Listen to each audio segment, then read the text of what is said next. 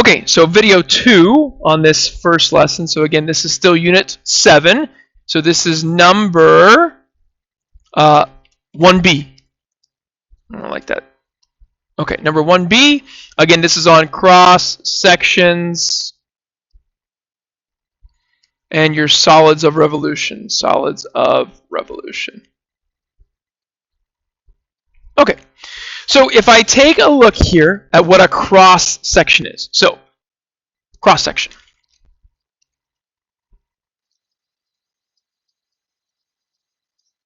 So a cross section is a 2D slice of a 3D figure when a plane intersects a solid. It is a 2D slice of a 3D figure when a plane intersects a solid. So I'm going to do my best to draw this because, again, it's hard to see in flat space, right, or a flat plane trying to do 3D. There are two typical situations. So two typical situations. Okay, the first one is when the plane intersects parallel to the base.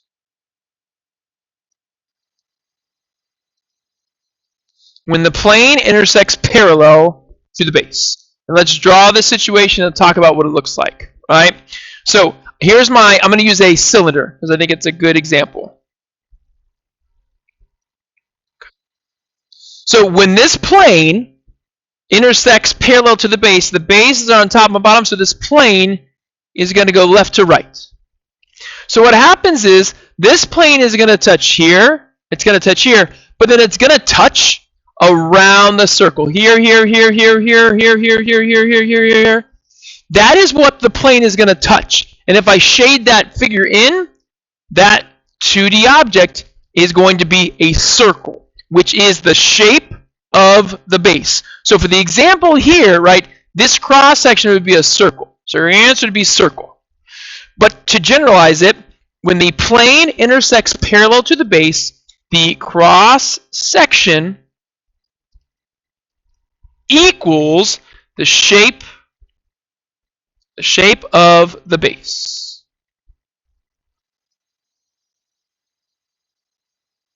So that's a big idea. Try to keep that in mind.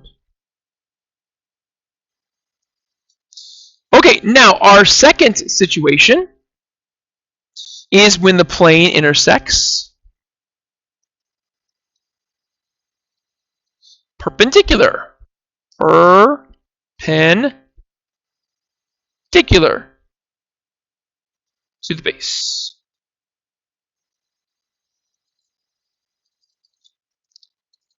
Okay, so now I'll do my same example. I'll use a cylinder again. But now I'm going to go vertically through the bases because it's perpendicular. So now when I go vertically, I'm going to have this plane. It's going to go up and down here and up and down back here. So what happens is this, and again, it's hard to see, but this plane is kind of angled. So this front piece of the plane touches the fronts of those two circles. This other piece of the plane touches the back two parts of the circles. And here's what you get. You get that shape right there going down through the cylinder. And again, I know it looks slanted, so it looks like a parallelogram, but this answer is actually a rectangle. So in this case, the cross section of this cylinder going perpendicular to the base is going to be a rectangle. Now, for this one, there are two options. So when you are cutting the cylinder or the solid perpendicular to the base, the cross section will equal either a rectangle, if the original shape was a prism, or a triangle, if the original shape was a pyramid.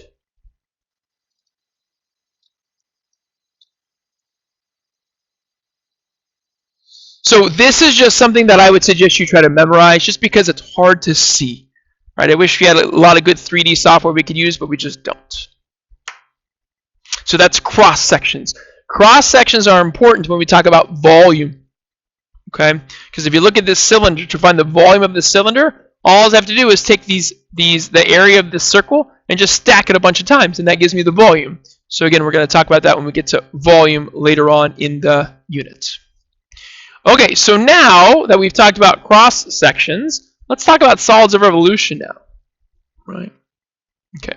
So solids of revolution. Solid of revolution. So when I'm talking about a solid of revolution, I'm talking about a solid, which is a 3D figure. 3D figure, obtained by rotating, so revolution rotating, by rotating a plane, which is a 2D figure, figure, about a line, about a line. Now, when you think of the word revolution or rotate, right? When you think of rotate, I want you to think of circle.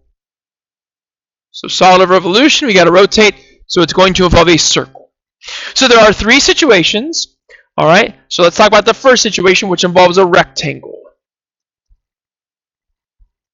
Okay, so the first one is a rectangle.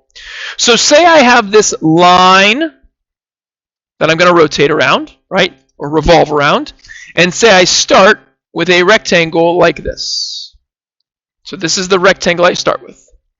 What's going to happen is when I revolve around this line, this point is going to go all the way out to here, and then all the way back. And this point is going to go all the way out to here, and then all the way back. And if I now connect this, hopefully you can see that I just created a cylinder.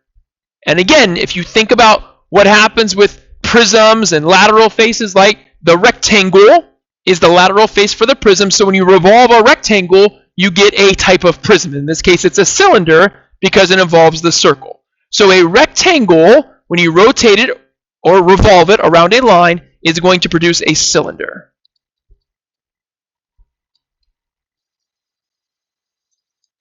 Okay, the second one is going to be what happens if I start with a triangle.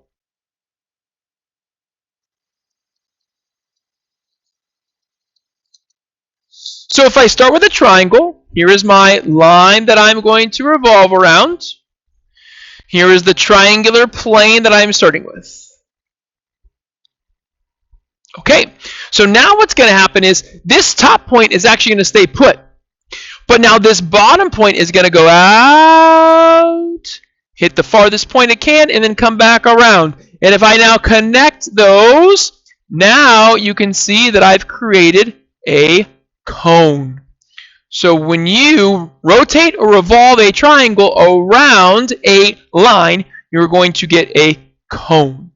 Again, the circular version of a pyramid. And now the last one is going to be a half circle or even a circle. So either one you start with first. I'm going to do a half circle just because I think it illustrates better. Okay? And here's my half circle.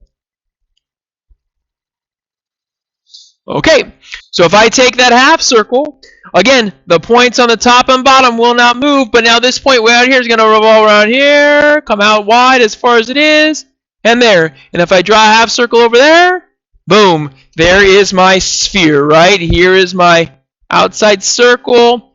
This is my ring going through. I'll keep the back down, and there's your sphere. So you're going to create a sphere. Sphere. So a half circle or a circle creates a sphere. Now, Delta Math does these problems a little more tricky than just these, right? Because really, there's only 3 examples you could do. So I'm going to show you an example of what Delta Math is going to look like. And again, I think you'll be able to adapt. Okay, so the question is going to say, and it's usually it's multiple choice, right? It's going to say, what 3D figures is your example? What 3D figure? What 3D figure is created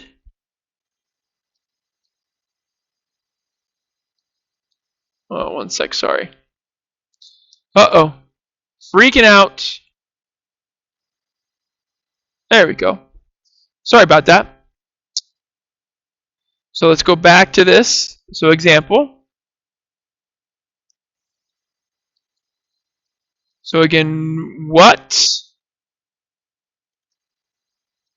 3D figure is created by rotating the 2D figure about the axis.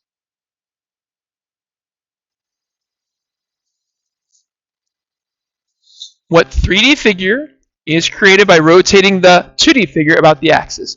And here's what you're going to be given. All right, you ready? So you're going to be given this line. There's your axis. And here, they're going to give us a triangle, like right here.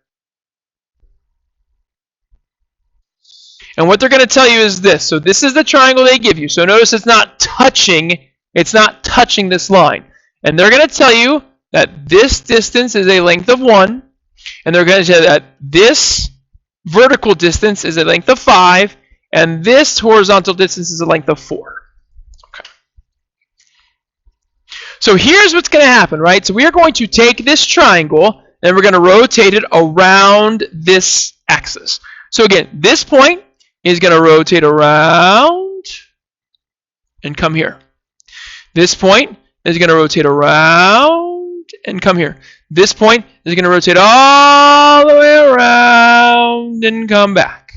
So what you're going to do is you're going to create this vertical side of 5 right there, and then this horizontal side is going to come down here, and we're going to connect right like that.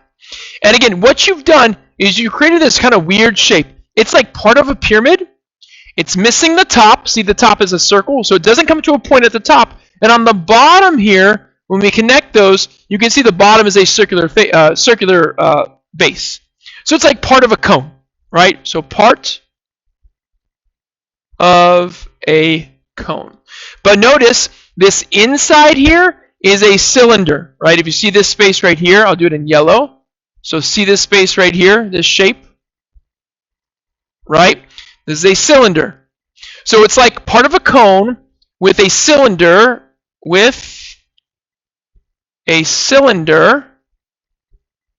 cut out.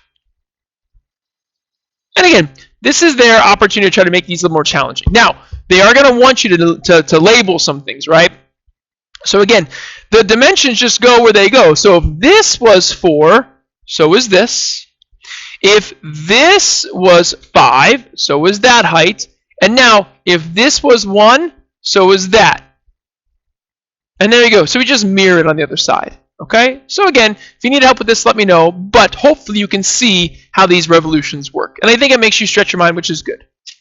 All right, so great. Thanks for watching both videos. Good luck with these in the class.